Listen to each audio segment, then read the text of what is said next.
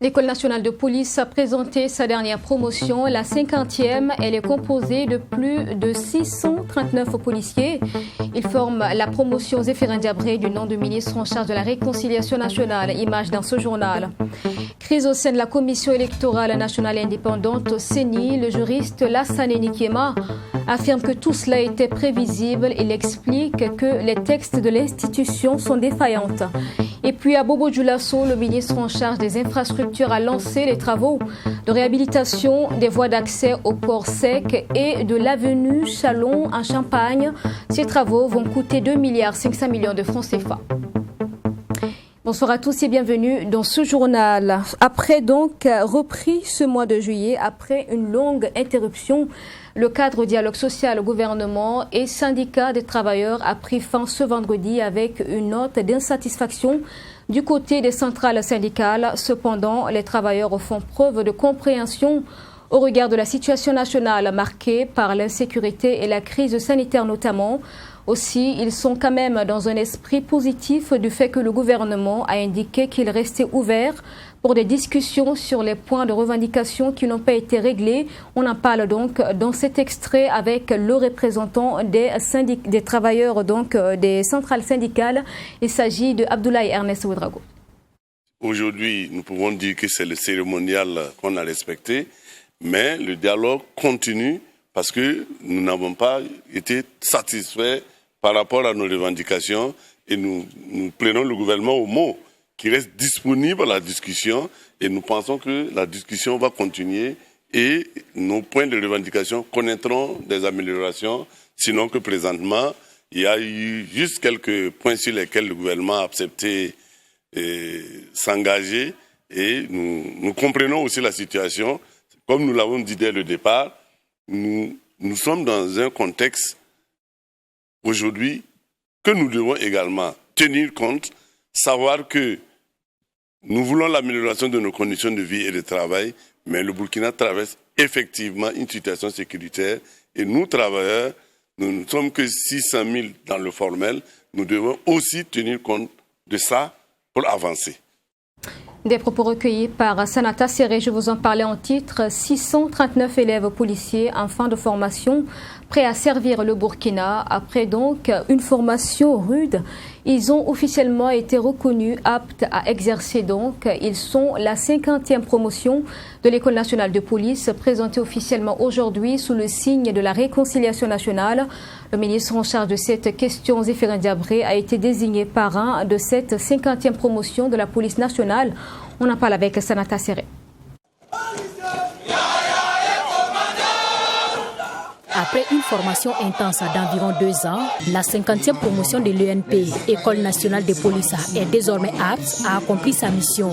En plus des enseignements théoriques qu'ils ont reçus, ces policiers sortant de l'ENP ont suivi chacun un examen terminal unique, exclusivement pratique, selon le directeur général de l'école. À l'issue de ces différentes évaluations, ce sont au total 639 élèves qui ont été retenus, avec une moyenne allant de 14 à 16,80 sur 20. Je puis d'ores et déjà vous assurer que ces 639 policiers sortants sont désormais aptes en termes de savoir-être et de savoir-faire policier à servir dans leur domaine de compétences respectives.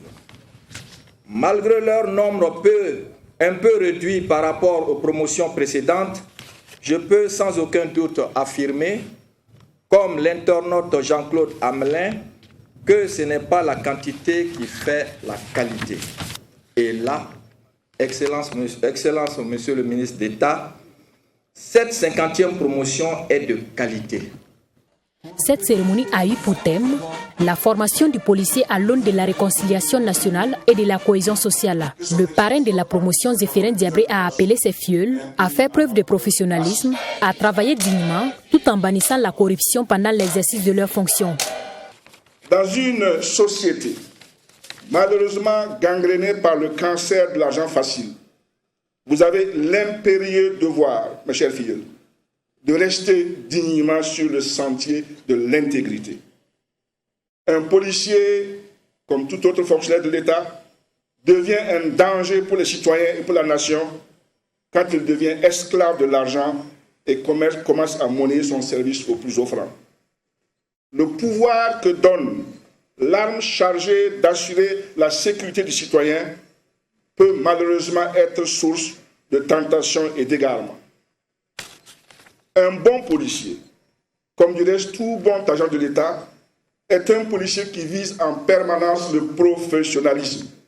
Le ministre de la Sécurité, Maxime Koné, lui a salué la qualité de la formation de l'École nationale de police. Il a par ailleurs exhorté ces éléments à combattre l'injustice et à respecter l'ordre et la loi. Pour le ministre Clément Sawadogo, représentant du chef du gouvernement, les attentes sont nombreuses vis-à-vis de ces policiers sortants au regard de la situation sécuritaire. Le policier que nous voulons voir aujourd'hui n'est certainement pas celui d'il y a 15 ans, d'il y a 20 ou 30 ans, car le contexte a beaucoup évolué. Et aujourd'hui, les policiers doivent faire face à des situations qu'on ne connaissait pas avant. Et donc, c'est des policiers beaucoup plus endurants, encore mieux formés et avec rompus aux méthodes les plus éprouvées pour faire face à des bandits de grand chemin, pour faire face à des terroristes quelquefois. Cette 50e promotion de l'École nationale de police, qui a été baptisée Union Sacrée, est constituée de 453 sous-officiers de la police nationale et 186 fonctionnaires de la police municipale, dont 5 contrôleurs, 40 assistants et 141 agents.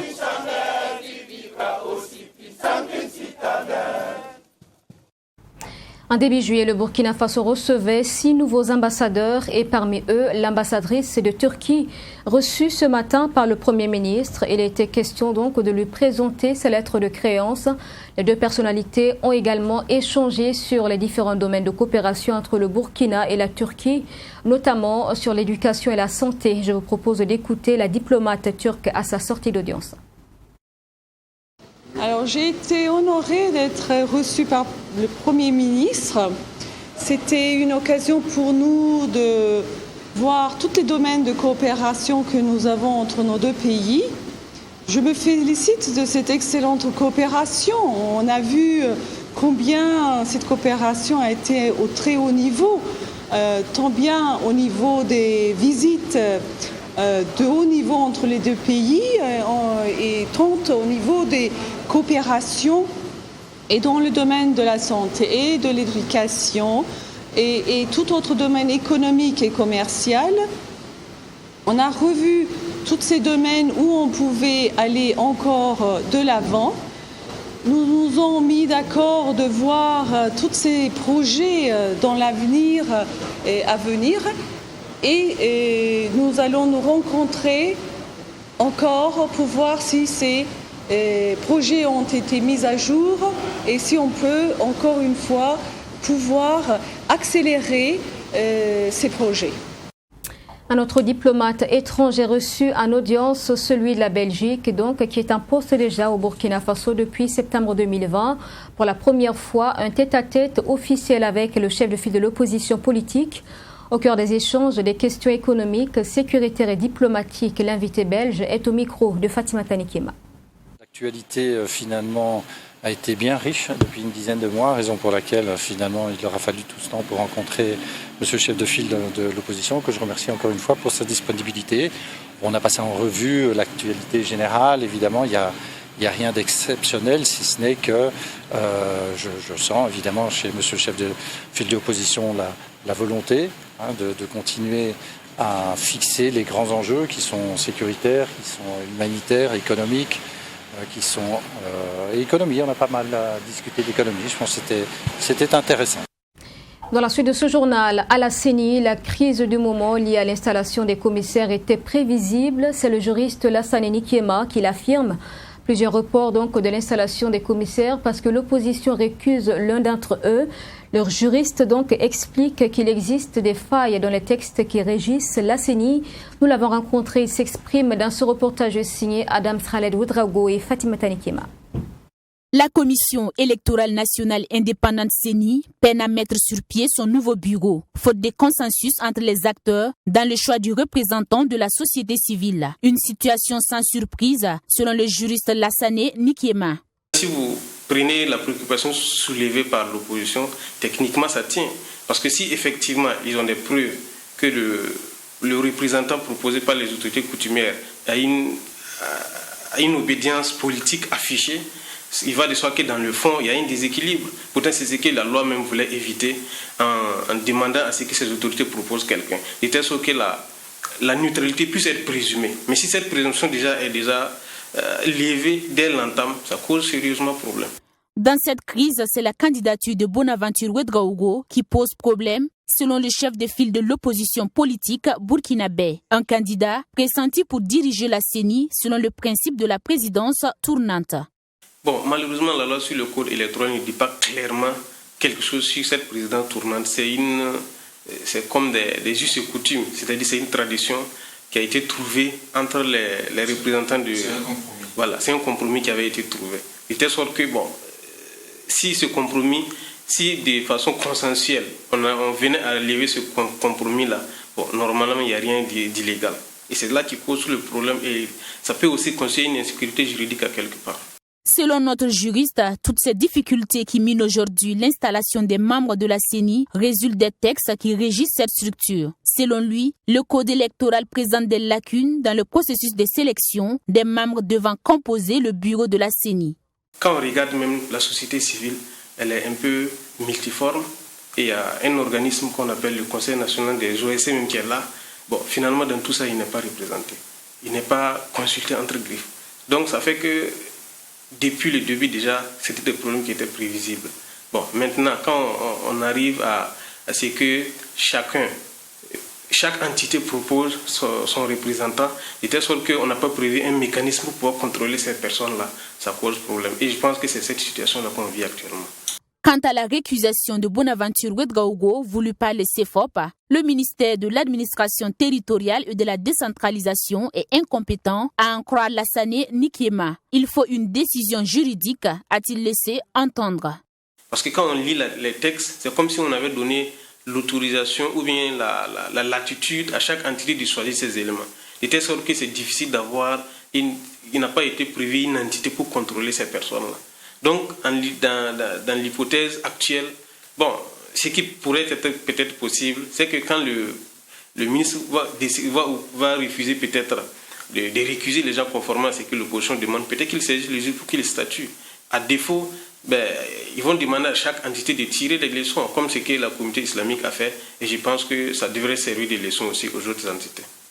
Pour éviter à l'avenir la situation actuelle, Lassane Nikiema propose la mise en place d'un organe externe en charge de l'analyse et de la validation des différentes candidatures. Il estime aussi qu'une rélecture des textes de la CENI pourrait résoudre un pan du problème, notamment celui en lien avec la présidence tournante. Rappelons que la cérémonie de prestation de serment des commissaires de la CENI, initialement prévue le 19 juillet dernier, a été renvoyée à une date ultérieure. Le ministre en charge de la Santé poursuit ses rencontres de plaidoyer pour une meilleure adhésion à la campagne de vaccination contre le Covid-19.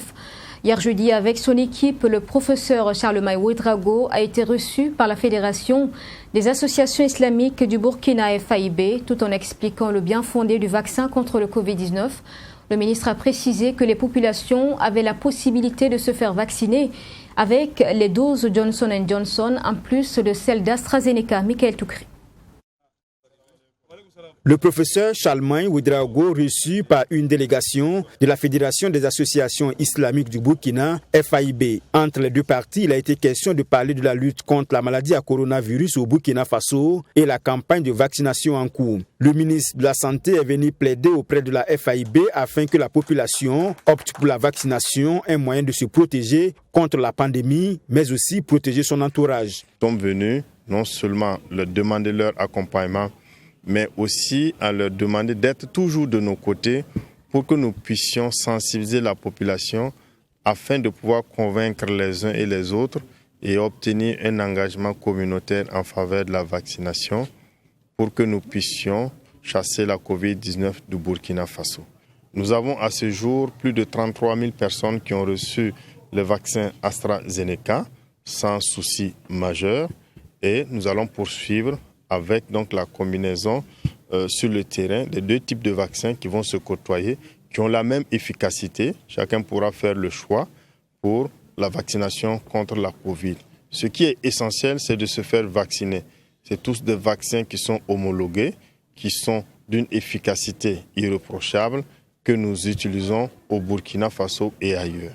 Dans cette campagne de plaidoyer, le ministre de la Santé a une oreille attentive auprès de la FAIB afin que l'opération de vaccination soit un franc succès. Beaucoup de questions qui ont été posées. Moi-même, en tout cas, je pense que je me suis vacciné depuis le mois passé avec le ministère. Donc, mais en tout cas, alhamdulillah, jusqu'à aujourd'hui, en tout cas, on n'a pas eu de problème. Ce que moi je demande à tous les frères et sœurs, en tout cas, c'est d'aller vacciner. C'est d'aller vacciner que ça va aider. Pour te protéger et toi-même et protéger ta famille, il faut que tu fasses la vaccination pour pouvoir protéger les autres. En tant que musulmans, vous savez que chaque jour, nous faisons 5 prières. Bon, ce n'est pas facile. À tout moment, on est ensemble à la mosquée. Si ça se trouve que tu as vacciné, que par exemple, c'est 70% qui ont déjà fait la vaccination, ça va aider. Donc vraiment, nous demandons à tous les frères et sœurs, en tout cas, d'aller se vacciner. Débuté le 2 juin dernier, les chiffres font ressortir que moins de 400 000 personnes sont vaccinées contre la maladie à coronavirus au Burkina Faso. Après l'atelier d'élaboration du programme de rapport 2020 du plan d'action triennal glissant PATG, les 15 et 16 juillet dernier donc à Ouagadougou, c'est la ville de Koudougou qui a reçu les acteurs de l'élaboration du même programme 2021-2023. Cet atelier est censé durer 4 jours, a débuté ce 21 juin. Notre reporter Fatima Tanikema était, voici son compte rendu.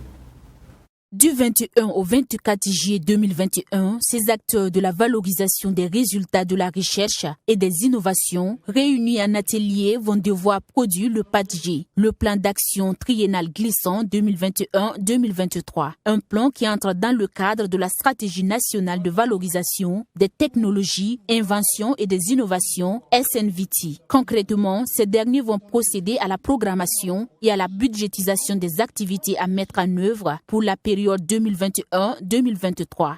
La recherche scientifique, les technologies impactent toute la vie de la nation et tous les ministères sont concernés. C'est pour ça que c'est vraiment pratiquement tous les ministères qui sont rassemblés pour pouvoir inscrire les différentes actions qui vont dans le sillage de la valorisation des résultats de la recherche pour que cela soit consensuel et que les résultats de la recherche et les innovations, les technologies puissent vraiment impacter réellement le développement socio-économique de notre pays. Pour marquer d'une pierre blanche leur implication dans ce développement socio-économique du Burkina Faso, ces hommes et femmes de la recherche et de l'innovation vont ces 4 jours durant travailler en groupe et en plénière, histoire pour eux d'échanger sur l'ordre du jour et par la suite procéder à la restitution des résultats. Nos attentes, c'est qu'on puisse avoir réellement un document qui sorte vraiment des sentiers battus, un document vraiment opérationnel qui ne soit pas théorique, qui permette vraiment de suivre pas à pas la mise en œuvre de la stratégie nationale de valorisation des technologies, innovation et invention. Et cela, c'est pour pouvoir permettre, parce qu'il y a un cadre qui a été créé, qui est le comité de pilotage interministériel de la SNVTI. Donc ce document-là va être déposé à leur niveau pour qu'il y ait l'instance de validation. Pour mémoire, la stratégie nationale de valorisation des technologies, invention et innovation a été adoptée par le gouvernement pour mettre en valeur les résultats de la recherche et des innovations. La mise en œuvre des activités de cette stratégie nationale, qui doit s'étendre sur la période 2020-2024, est coordonnée par l'Agence nationale de valorisation des résultats de la recherche et des innovations à travers un secrétariat technique. Le réseau des journalistes pour l'habitat et l'urbanisme face à la presse aujourd'hui. Les hommes de médias ont voulu faire la promotion de la politique d'un habitat décent pour chaque citoyen, aussi d'une meilleure urbanisation des villes au Burkina. Cette rencontre est également une sorte de sensibilisation à l'endroit des populations et une interpellation des acteurs du domaine en question. Engagé depuis quelques mois, le processus de relecture de la loi 057-2008 portant promotion immobilière divise le ministère en charge de l'habitat, les promoteurs immobiliers et les propriétaires terriens. Une situation qui interpelle le réseau des journalistes et communicateurs pour l'habitat et l'urbanisme, d'où cette conférence de presse pour interpeller aussi bien l'État que l'opinion nationale. Pendant que se déroulait l'atelier national de validation de l'avant-projet de loi portant promotion immobilière le 15 juillet 2021, les promoteurs immobiliers ont boycotté cette rencontre importante qui doit aboutir à des réformes acceptables selon le camp. Ces derniers ont animé une conférence de presse pour marquer leur désapprobation au moment où se tenait cet atelier national. Face à cette situation, le réseau des journalistes et communicateurs pour l'habitat se pose des questions. Que fait le ministre de l'Habitat, de l'Urbanisme de la ville face au rejet de cette réforme par les propriétaires terriens? Quelles sont les actions entreprises pour amener les contestataires à la table de discussion? Qu'adviendra-t-il après l'adoption des réformes? Au regard de la situation et du caractère sensible de la question du foncier, le réseau des journalistes et communicateurs pour l'habitat et l'urbanisme exhorte le gouvernement à instaurer un cadre de dialogue qui prenne en compte toutes les parties prenantes. C'est de sa responsabilité d'organiser de larges concertations avec les différents acteurs pour permettre l'adoption des réformes consensuelles. Le ministère doit de ce fait rencontrer l'association des promoteurs immobiliers pour aplanir les divergences. Et les conférenciers du jour d'inviter également les promoteurs immobiliers, les propriétaires terriens à privilégier le dialogue. Cette conférence de presse est la première sortie officielle du réseau des journalistes et communicateurs de l'habitat et de l'urbanisme. Créé en 2018, il a pour but de promouvoir la politique de l'habitat, de l'urbanisme et de l'assainissement. Un reportage qui porte la voix de Assami Tiamtoré, direction Bobo Dioulasso à présent, où le ministre en charge des infrastructures et du désenclavement, Éric Bougma, a procédé jeudi au lancement des travaux de réhabilitation des voies d'accès au port sec et de l'avenue Chalon en Champagne. Les travaux de ces infrastructures devraient durer 4 mois. 2,5 milliards de francs CFA ont été mobilisés. Explication avec notre correspondant Joseph Koudougou. C'est parti pour les travaux de réhabilitation des voies d'accès au port sec et l'avenue Chalon en Champagne de Bobo Dioulasso. Ce projet a pour objectif de faciliter la mobilité des personnes et le transport des marchandises dans la ville de Sia. Le top de départ a été donné par le ministre en charge des infrastructures et du désenclavement, accompagné de la ministre Adja Fatimata Sanon. Bobo Dioulasso n'est pas seulement la capitale économique de notre pays, c'est aussi la capitale culturelle. Et les voies d'accès, les 2 voies d'accès, nord et sud, du palais de la culture Monseigneur Anselme Titiama Sanon, sont dans un état, il faut l'avouer, particulièrement difficile. Donc nous avons été instruits par le président du FASO pour représenter le Premier ministre ici ce matin pour donner le top départ de ces travaux. Ce sont des travaux de renforcement, de réhabilitation et de bitumage de 4,7 km de route en 2 fois 2 voies avec pistes cyclables. Ce projet a vu le jour grâce à la doléance de la Chambre de commerce et d'industrie dans le but de faciliter l'accès du port sec aux gros porteurs. On a tenu quand même à annoncer les recettes qui sont collectées sur nos infrastructures qui étaient de 100 milliards en 2020 et 126 milliards annoncés pour 2021. Alors, suite à l'extension qui est en cours, nous avons sollicité du gouvernement de voir réhabiliter les voies de desserte du port sec. Ce n'est pas la première fois que nous sollicitons le gouvernement pour nous accompagner dans le cadre de nos projets structurants. Cette cérémonie a été une occasion pour Éric Bougouma d'annoncer le démarrage prochain des travaux de construction et réhabilitation de certaines voiries. Vous voyez la route Bobo-Orodara qui est en train de se dégrader et nous avons prévu d'intervenir là-dessus. Mais la route Banfora, Sidera-Dougou-Gawa et beaucoup d'autres routes sur lesquelles très bientôt, étant donné que les financements sont disponibles, nous allons pouvoir lancer ces travaux-là. En tout cas, Bobo-Dioulasso ne sera pas en reste. J'annonce ici le bitumage très prochain de la route de Leguema, également de la voie d'accès au CMA de Dafra, bien d'autres projets comme la voie d'accès au mausolée Gimbi Ouattara. Le projet est entièrement financé par le Fonds spécial routier du Burkina, FSRB. Pour un coût estimatif de 2,5 milliards de francs CFA, l'Agence des travaux d'infrastructure du Burkina aura un délai de 4 mois pour terminer les travaux.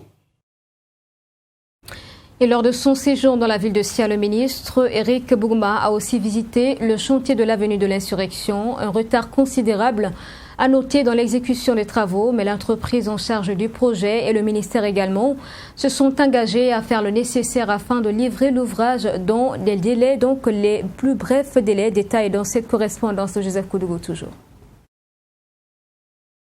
Après la cérémonie de lancement des travaux de réhabilitation des voies d'accès au port sec et l'avenue Chalon en Champagne, le ministre des Infrastructures et du Désenclavement a effectué une visite sur le chantier de l'avenue de l'Insurrection populaire. Ce chantier qui a connu un retard est actuellement en phase de finition. Aujourd'hui, l'avenue de l'Insurrection populaire est en cours d'achèvement. C'est vrai, il reste encore des travaux de finition à réaliser. Il reste des prolongations éventuelles à accomplir en fonction du budget dont nous disposons. L'assainissement qui a été fait devra être renforcé, mais en tout cas nous sommes heureux de constater qu'aujourd'hui l'avenue de l'Insurrection populaire va être achevée dans les jours qui viennent. C'est pour dire que c'est vrai, le tout n'est pas de lancer les projets, c'est surtout de les réaliser dans les délais et selon les normes de qualité qui sont requises. Le retard dans l'exécution des travaux de cette avenue avait causé beaucoup de désagréments chez les usagers, notamment les habitants du secteur 17. Et le ministre Éric Bougouma de les rassurer tout en apportant des éclaircissements sur les raisons de ce retard. Ce n'est pas un projet d'une longueur extraordinaire. Donc il y a des raisons qui tiennent également à l'organisation de l'entreprise. Mais essentiellement pour ce projet, ce sont des raisons financières, parce que lorsque ces raisons financières ont été réglées, nous avons vu que l'entreprise a repris et jusqu'aujourd'hui, on s'achemine vers la fin de ce chantier. L'entreprise en charge de l'exécution des travaux rassure la population quant à la fin prochaine des travaux. L'achèvement du chantier n'est plus qu'une question de jours. Les gros travaux sont finis, sont achevés. Nous sommes sur les travaux de revêtement, c'est-à-dire les travaux de finition. C'est ce qui reste par quasiment. Donc normalement dans quelques jours on va achever. Actuellement le taux est autour de 70%. En fait les 30 autres pourcents c'est toujours des travaux de revêtement qui sont très rapides à réaliser, mais qui donnent beaucoup plus de taux, quoi. Voilà, c'est ça que ce sont ces travaux qui restent. L'éclairage plus les pavés. Voilà. Avec une longueur de 1,6 km, les travaux de bitumage de cette avenue de l'Insurrection populaire, faut-il le rappeler, ont été lancés le 6 février 2020 pour un délai d'exécution de 8 mois. Et nous revenons sur la célébration de la fête de la Tabaski mardi dernier. Le lendemain, la Ligue pour la solidarité arabo-africaine avait organisé pour la deuxième fois une cérémonie de distribution gratuite de viande aux personnes défavorisées et aux déplacés internes. Cette action de solidarité de la Ligue a touché 500 personnes au moins. Image avec Michael Toukri.